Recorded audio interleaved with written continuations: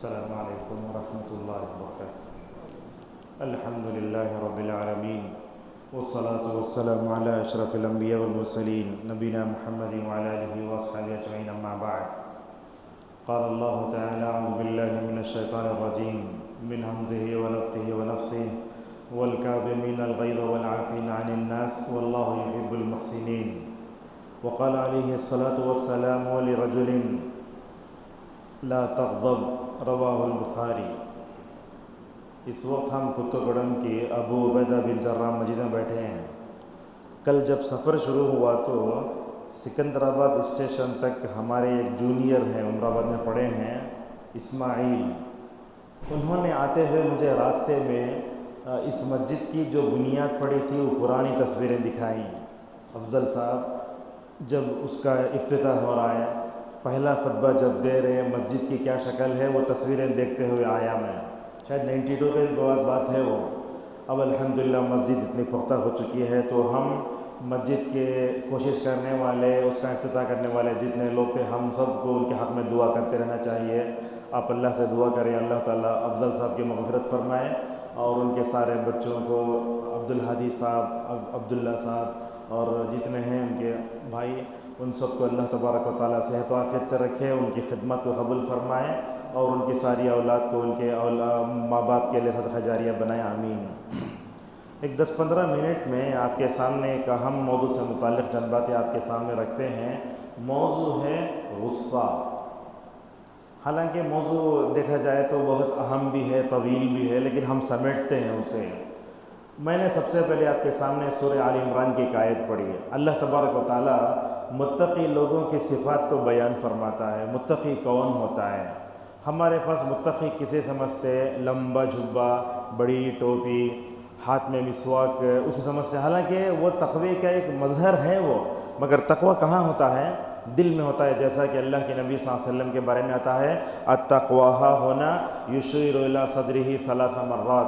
آپ نے تقوی کے بارے میں اشارہ کرتے ہوئے کہا کہ تقوی دل میں ہوتا ہے، 3 مرتبہ کہا تقوی یہاں ہوتا ہے، یہاں ہوتا ہے، یہاں ہوتا ہے۔ متقی لوگوں کی صفات کیا ہوتی ہیں؟ قرآن بیان کرتا ہے والکاظمین الغیظ۔ متقی آدمی کی صفت یہ ہوتی ہے کہ وہ غصے کو پی جاتا ہے۔ دنیا میں آپ لوگوں کو دیکھے ہوں گے، متقی بندہ دیر سے غصہ آتا، جلدی ٹھنڈا ہو جاتا۔ یہ متقی بندے کی صفات ہوتی ہیں۔ مگر بعض لوگ ایسے ہوتے ہیں، غصہ آ رہے تو ہمیشہ غصہ کرتے رہتے ہیں۔ والکاظمین الغیظ، پہلے غصے کو پی لینا، بعد میں لوگوں کو معاف کر دینا۔ واللہ یحب المحسنین، اللہ تعالیٰ احسان کرنے والوں کو پسند فرماتا ہے۔ اب اس آیت کی تشریح میں ایک واقعہ آپ کے سامنے بیان کرتے ہیں۔ ہم بھی باپ ہیں اپنے بچوں کے، ہم بھی اپنے دکان میں کام کرتے ہیں ماتحتوں کے ساتھ، ہم بھی مسجد کے متولی سیکریٹری ہیں، ہمارے سامنے مؤذن امام سب ہوتے ہیں۔ اپنے ماتحتوں سے کیا سلوک ہوتا ہے دیکھو۔ نام بھول رہا ہوں میں، تابعی یا تبع تابعی تھے، ان کے سامنے ایک لونڈی تھی۔ وہ لونڈی کا کام کیا تھا؟ جب انہوں وضو کرے تو پانی ڈالنا۔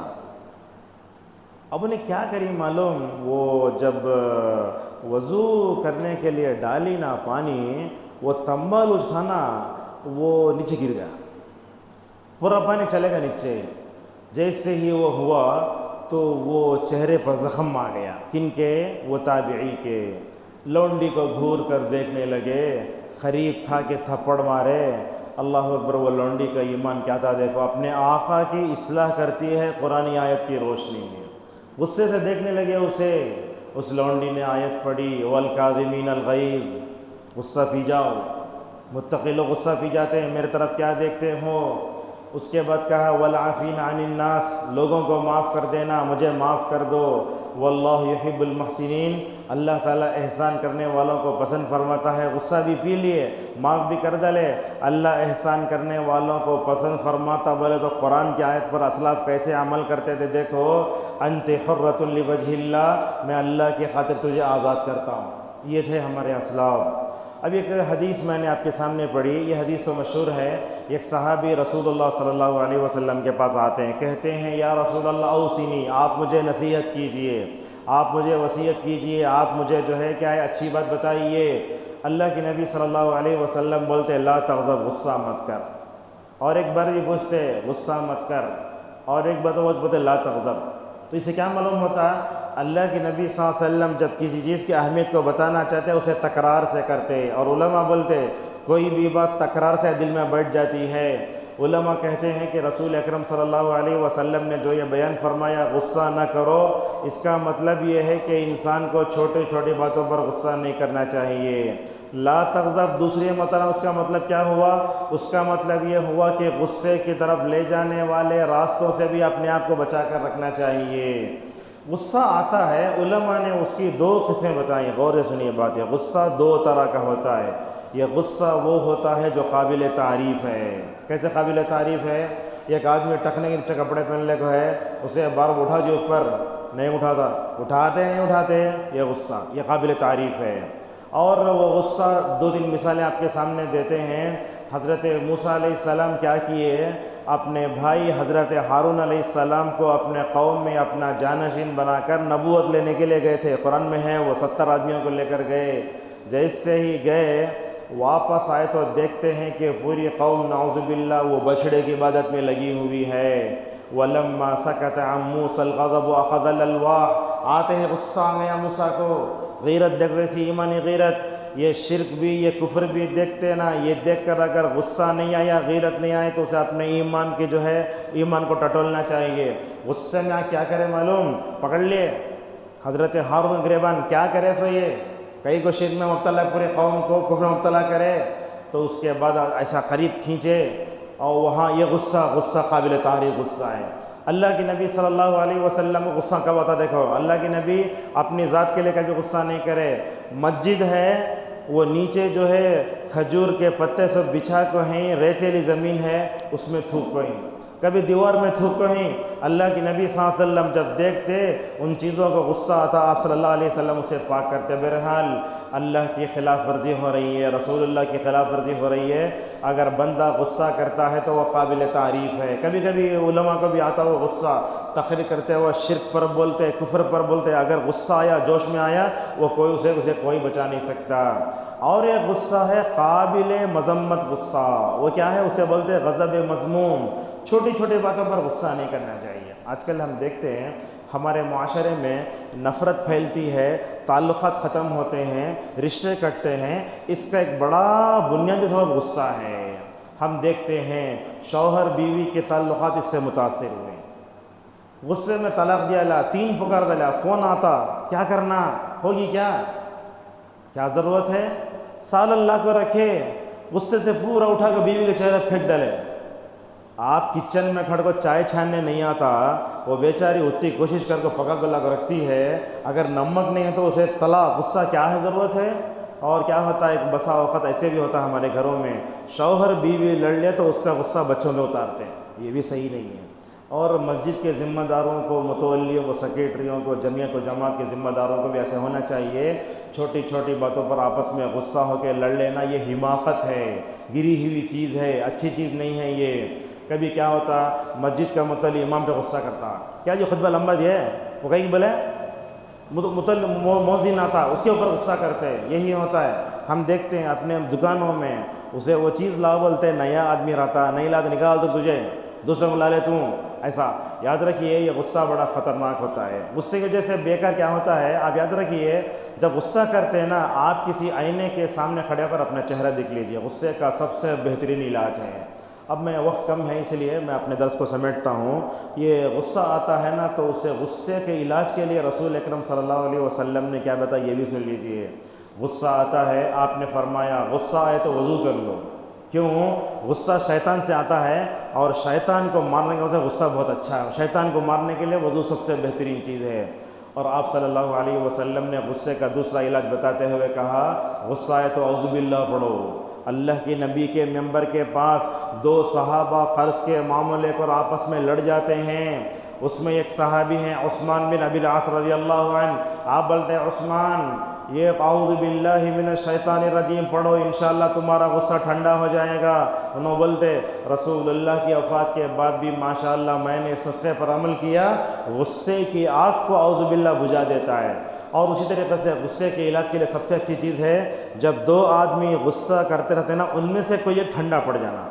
اگر ٹھنڈا نہیں پڑے، راڑا یہ وہ مارنا شروع کرا ہوتا ہے، بیوی غصہ کرے شوہر کو وہاں سے ہٹ جانا، اگر شوہر غصہ کرے بیوی کو وہاں سے ہٹ جانا، اور شوہر بیوی دونوں مل کر بچوں پہ ٹوٹ پڑتے نا، یہ جنگل ہے، زو ہے، یہ گھر نہیں ہے وہ۔ اور اس طرح سے آپ نے یہ بھی فرمایا غصہ کرے تو کیا کرو، کھڑے ہو تو بیٹھ جاؤ، بیٹھ جائے تو لیٹ جاؤ، غصہ بتا تو وہاں سے ہٹ جاؤ، اعوذ باللہ پڑھو۔ اچھا غصہ پینے کی فضیلت کیا ہے ہم آپ کو بتاتے ہیں۔ 2 حدیثیں ہیں، آپ صلی اللہ علیہ وسلم نے فرمایا غصہ نہ کرو جنت میں چلے جاؤ گے۔ ہمارے پاس غصہ اور ایک کہاں آتا دیکھو، یہ ایکسیڈنٹ ہو تو غصہ آتا، کیا رہے جانور سے چلاتا کہہ رہے تیرا بابا کا روٹ کیا رہے، اماں کا روٹ کیا رہے، سے لوگ پوچھتے، جیسے ہی مان لیتے ایک دوسرے کو مارنا شروع کرتے۔